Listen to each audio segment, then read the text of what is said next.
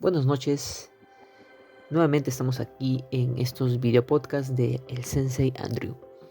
El día de hoy vamos a hablar de un tema bastante interesante, sobre todo que es una pregunta bastante común y seguramente te ha pasado en algún momento, sobre todo en una relación de pareja o en un trabajo también. Pues nos damos cuenta que a medida que vamos creciendo, a medida que vamos ganando experiencias, de algún modo nos damos cuenta que hay ciertos patrones que se están repitiendo. Y esto está muy ligado a la pregunta que dice así: ¿por qué es que repito ciertos patrones de comportamiento? ¿Por qué tengo patrones de comportamiento? Wow. Muchas veces ni siquiera nos hacemos esta pregunta, pero normalmente lo hacemos para cuando hemos entrado en una etapa de crisis, de una relación, cuando está en un momento bastante álgido, o también cuando se terminó la relación. Muchas veces también entramos a ese plano de conciencia, somos conscientes de que hay algo que hemos estado repitiendo, y no solamente en la última relación, sino en una relación pasada y las otras también, y en un trabajo también es algo bastante común cuando estamos en una crisis con los compañeros, con nuestros jefes, líderes, o también cuando se fue el trabajo, ¿no? Cuando dejamos el trabajo o simplemente nos hicieron renunciar voluntariamente, entre comillas. Suele pasar, y es allí donde hacemos este cuestionamiento. Y una de estas preguntas que nos hacemos es: ¿por qué es que he repetido este patrón de comportamiento? Bien, hay dos respuestas, hay muchas más de todas maneras, pero quiero abordar en este video podcast dos temas importantes que están alineados a un concepto muy real, muy importante, que es el llamado autoconocimiento. El autoconocimiento es el paso previo a desarrollar este amor propio, porque tú no puedes amar a una persona, por ejemplo, en una relación, si todavía no has conocido. No puedes saber cómo esa persona es feliz, o qué cosas le motivan, qué cosas, o qué actividades o qué detalles les puede gustar, y al final esta persona es feliz. Ya, lo mismo pasa contigo mismo. No puedes desarrollar este amor propio si primero no te conoces. Y ya lo dijo Sócrates en una de sus frases bastante icónicas, es el de conocerse a mí mismo, a sí mismo. Conoce a ti mismo, así, siendo más exacto con la frase. Y como dicen también, el conocimiento es poder, y qué mejor poder que tener ese conocimiento de ti mismo. Conocer tus fortalezas, tus debilidades, tus tempestades, tus momentos de luz, te servirá al final como un arma importante que vas a poder utilizar ante las distintas eh, ante los distintos retos que se te puedan presentar. Entonces, conocerse a sí mismo es una de las claves para poder responder a esta pregunta del por qué tú repites ciertos patrones de comportamiento. Ahora, la pregunta es, y aterrizando un poco más la idea, ¿por qué decir conocerme a mí mismo? ¿Cómo lo hago en primer lugar? Bien, de forma práctica es entendiendo dos cosas. ¿Cuál es la personalidad o el rasgo de personalidad que tienes? ¿Y cuáles son aquellas heridas, traumas, vamos a llamarlo así, de la infancia, que estás arrastrando y que te están generando estos rasgos de comportamiento? Entrando al primer punto de los rasgos de comportamiento, pues existen muchas teorías. Una de las principales, bueno, es la conocida teoría de Hipócrates, ¿no? La de los humores. Bueno, esto está más ligado al tema de los temperamentos. Y bueno, el temperamento es el rasgo con el que uno nace, y luego se puede ir moldeando a medida que vas adoptando nuevas experiencias, aumentando tu nivel de madurez como persona también. Y aquí entramos a todo el tema del carácter, y podemos decir que la personalidad es como que la suma del temperamento y el carácter. Entonces, una base importante es el temperamento, que va a forjar parte de tu personalidad. Importante conocer.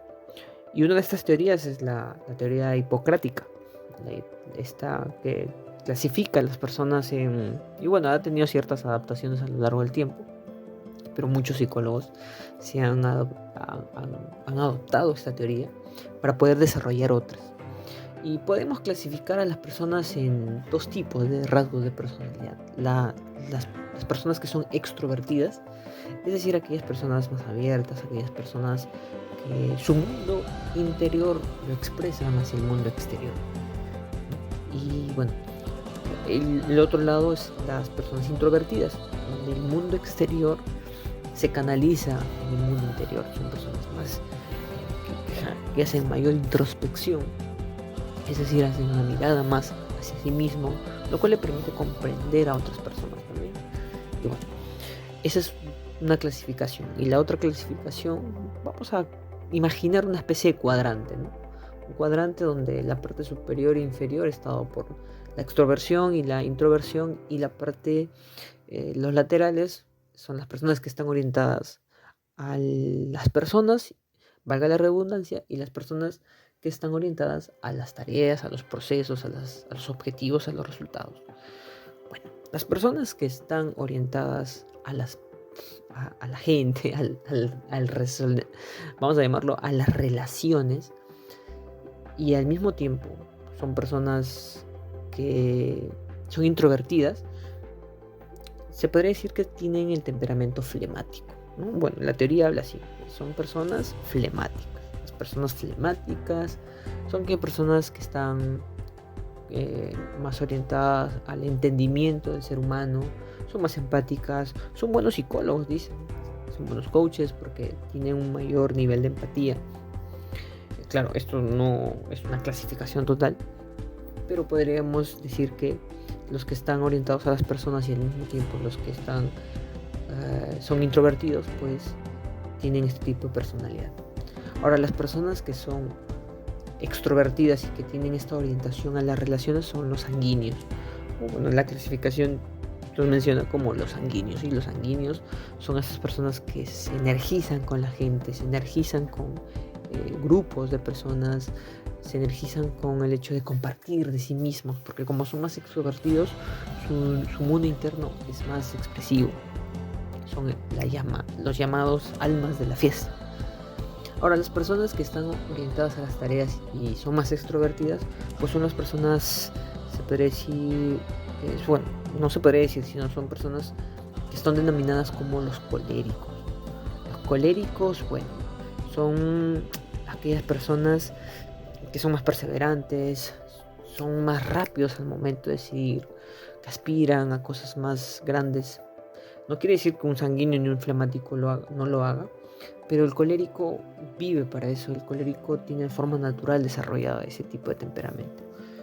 Ahora, importante conocer también esto porque sabes qué tipo de personas puedes modelar, ¿no? Si conoces a una persona colérica que tiene este temperamento natural, sabes cómo actúa, sabes hacia dónde va.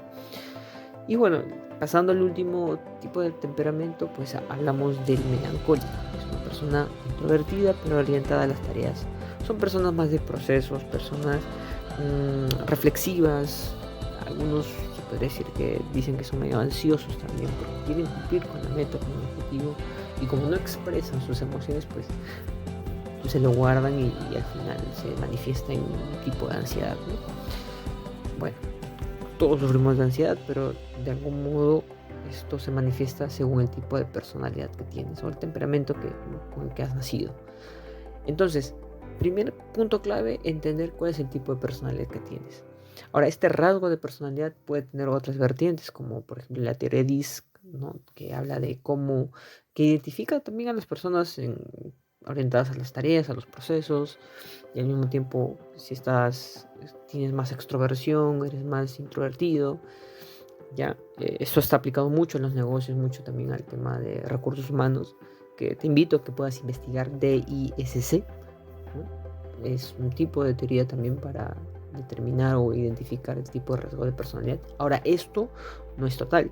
Tú puedes tener gamas, podrías tener combinaciones, tonos grises, para saber qué combinación tienes, ¿no? Yo, por ejemplo, me considero una persona flemática y al mismo tiempo sanguínea. Me gusta socializar, pero al mismo tiempo soy introvertido, entonces tiendo a jugar con ese tipo de temperamento. Bien, es importante conocer ese punto para saber cómo esto está afectando tus relaciones de pareja, de trabajo, de amistades. Ahora, el otro punto es el de las heridas. Y el de las heridas, bueno, existen 5 heridas que debes identificar. La primera es la herida del abandono, que es una herida que se ha formado de niño donde hemos tenido abandono físico, emocional, de atención y que de algún modo se ha manifestado y se ha quedado guardado en tu plano inconsciente y que por esa herida que no has sanado, pues ese niño interno que tienes, pues se manifiesta de algún modo en tu trabajo o en una relación de pareja. Sobre todo esto es bastante común en relaciones de pareja, ¿no? Donde sientes ese miedo que te van a dejar, que te van a abandonar. Entonces tu comportamiento está orientado a evitar ese tipo de dolor. Ahora, luego está el miedo, la herida de la traición, que es pues simplemente el hecho de que no confías en las personas por una herida que se generó de pequeño, donde te han hecho promesas quizás y simplemente no las cumplieron. Y esto pasa mucho con los niños, ¿no? Niñas que les han prometido cosas y no lo han cumplido y bueno, al final genera este tipo de desconfianza, ¿no? O también cuando has visto de repente alguna infidelidad de un modelo a seguir tuyo, en este caso tus padres, y también creas esta herida, esta desconfianza natural. Y esto también se manifiesta muchas veces en las relaciones de pareja. El otro tipo de herida es el de la injusticia, ¿no? Donde hemos recibido un maltrato por quién eres, por lo que has hecho, y eso te forma cierta coraza y te vuelves de algún modo duro con las personas. Otra herida es la herida del rechazo, que bueno, de algún modo por ser como eres, por mostrar tu esencia, tu temperamento, por ejemplo, generaste cierto rechazo de las personas que te han querido, tus padres, tus amistades, y esto de algún modo genera que te retraigas de la forma en que eres realmente. Y esto genera una herida bastante importante, ¿no? Donde dejamos de ser, dejamos de sacar esa esencia nuestra. Y finalmente está la herida de la humillación, que básicamente es donde hemos tenido un dolor a causa de una burla o porque hemos pasado vergüenza por algún acto, por algún hecho, por ser nosotros mismos incluso. Y de adultos se manifiesta de distintas maneras, ¿no? Por ejemplo, eh, tendemos a tener ciertas conductas masoquistas, y tendemos una timidez extrema, o nos vamos al otro extremo, que somos medio prepotentes porque no queremos que nuevamente se burlen de nosotros, no queremos pasar nuevamente esa vergüenza, queremos sobrecompensar de algún modo. Es un tema bastante profundo que seguramente lo voy a tocar si el público lo pide, pero quería tocar estos dos puntos, que es conocer tu rasgo de personalidad basada en el temperamento y también cuáles son aquellas heridas que has generado, que has desarrollado. Puedes tener una sola herida, puedes tener más de una, puedes tener todas. Es algo bastante común esto. Sin embargo, lo importante aquí es identificar qué herida he tenido, cómo se está manifestando, porque esto está generando precisamente este patrón de comportamiento.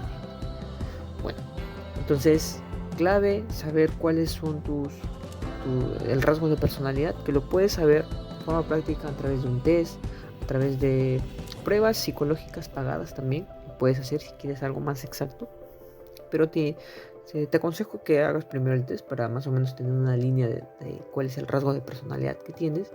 No puedes hacer un test de la teoría de Hipócrates, o un test DISC también, que te permite también entender cuál es el estilo de comportamiento que tienes basado en tu personalidad. Y bueno, con respecto a las heridas de la infancia, también hay algunos test que son preguntas bastante difíciles, no difíciles porque sean complicadas, sino preguntas de tu pasado, preguntas de cómo es la relación con tus padres, con tus familiares, con pues, exparejas también. Y también, bueno, yendo a terapia puedes tener un acercamiento más acerca de estas heridas, ¿no? Hay algunas terapias alternativas, como por ejemplo la autohipnosis, constelaciones familiares, que bueno, te los dejo ahí de semillita para que tú puedas investigar un poco más. Así que volveremos con otro conjunto de preguntas y respuestas prácticas en esta sección de El Sensei Andrew. Nos vemos, que tengas buen día.